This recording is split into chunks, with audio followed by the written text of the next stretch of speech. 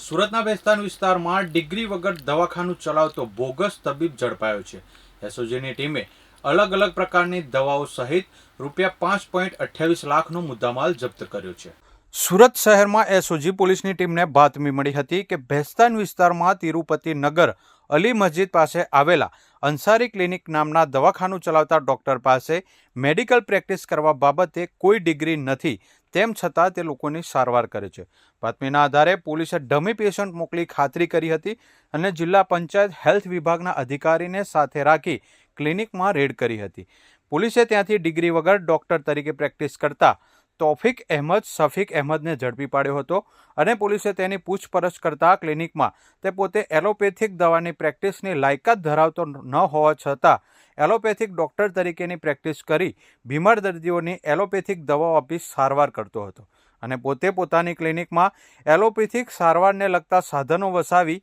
બીમાર દર્દીઓની સારવાર કરતો હતો। આરોપી ગેરકાયદેસર મેડિકલ પ્રેક્ટિસ કરતો હોવાનું જણાઈ આવતા પોલીસે તેના દવાખાનામાંથી અલગ અલગ પ્રકારની દવાઓ, ઇન્જેક્શન, સિરપ મળી કુલ ₹5,28,897નો મુદ્દામાલ જપ્ત કર્યો હતો તેમજ આરોપીની અટક કરી તેની વિરુદ્ધમાં ભેસ્તાન પોલીસ મથકમાં ગુનો દાખલ કરવામાં આવ્યો